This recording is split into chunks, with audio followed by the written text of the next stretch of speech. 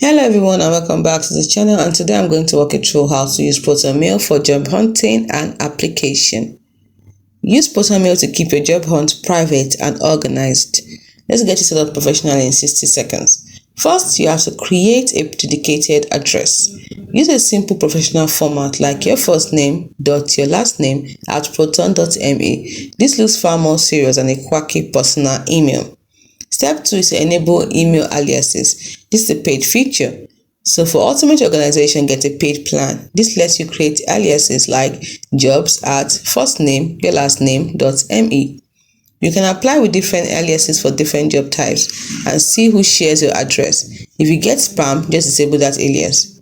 Step 3 is to use a custom domain. This is optional, but it's a pro tip.